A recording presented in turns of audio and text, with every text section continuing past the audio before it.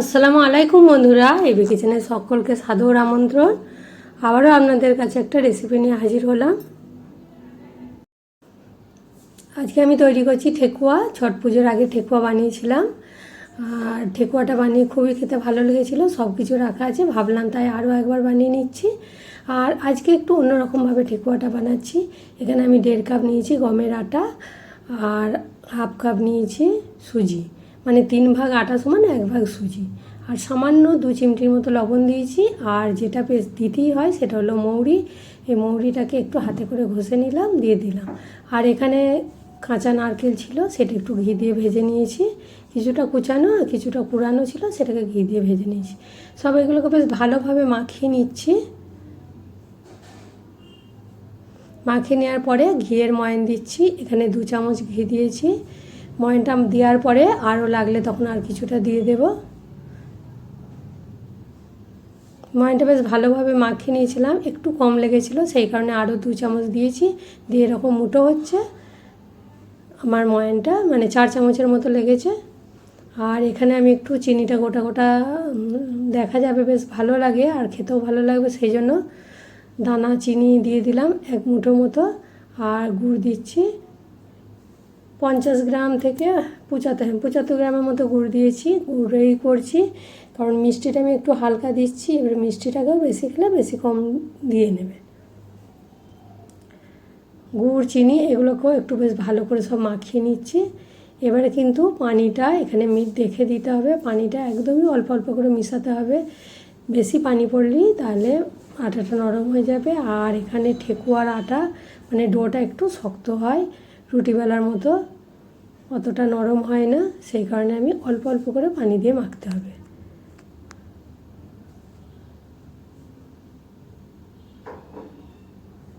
অল্প অল্প করে পানি দিয়ে মাখছি। আরও একটু লাগছে পানি। এবার হাতে করে নিয়ে দিলাম কারণ বেশি পড়ে যাবে।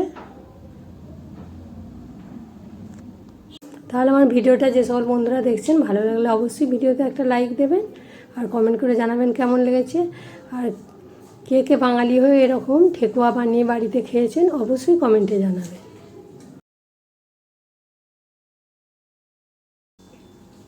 পানিটা আর কিন্তু লাগবে না, আমার বেশ আটার মাখাটা যতটা লাগবে সেই রকমই ঠিক হয়ে গেছে। ঠেকুয়ার মানে গোলাটা যেভাবে হয়, একটা শক্ত, না নরম হবে আর না রুটি বেলার মতো যে নরম হয় সেরকম হবে না, রুটি বেলা থেকে একটু শক্ত থাকবে। এবারে এটাকে ঢাকা দিয়ে 10 মিনিটের মতো রেস্টে রেখে দেব। 10 মিনিট পরে ফিরে এলাম। ওটা আর একটু নরম হয়ে গেছে। এবারে হাতে আমি ঘি লাগিয়ে নিচ্ছি, দিয়ে যেভাবে ঠেকুয়া হয় ঠেকুয়ার ছাঁচেতে করলেও হবে, কিন্তু যাদের বাড়িতে ধরুন ছাঁচ নেই, আমার বাড়িতে ছাঁচ নেই, সেই কারণে আমি এখানে ছুরি বা চামচের সাহায্যে একটা করে ডিজাইন করে নিলেই হবে। আবার কেউ ডিজাইন না করলে প্লেন করলেও হবে, তা ডিজাইন করলে একটু দেখতে ভালো লাগবে। এইভাবে চামচের সাহায্যে আমি একটু ডিজাইন করে দিচ্ছি। আর একটু মোটা মোটা বড় বড় করেছি, এটা একটু পাতার মতো ডিজাইন করছি।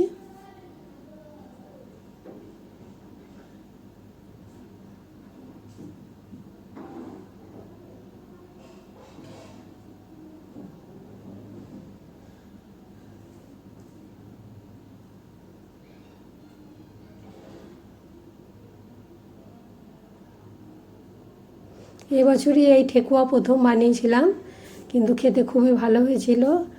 আর আমাদের বাড়িতে সবারই বেশ পছন্দ হয়েছিল, আর সব জিনিস ছিল, সেই কারণে ভাবলাম আরও একবার বানিয়ে নিই।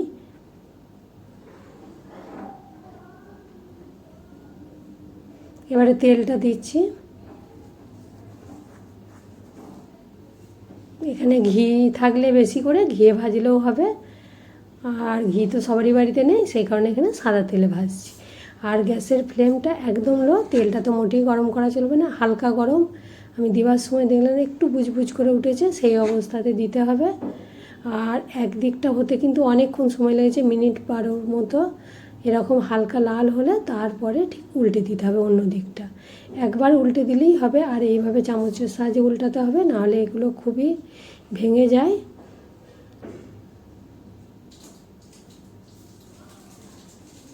আর একদম লো ফ্লেমে সময় নিয়ে ভাজতে হবে।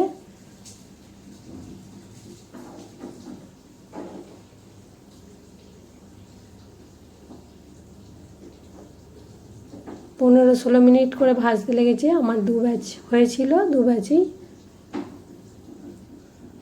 7টা করে ভেজেছি, 14টা হয়েছিল। আর আটা ছিল 350 গ্রামের মতো।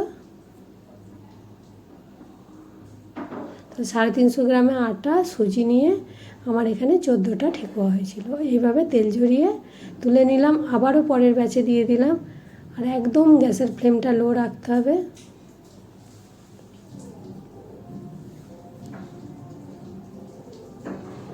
দেখতে যতটা সুন্দর লাগছে, খেতেও কিন্তু খুব সুন্দর হয়েছিল।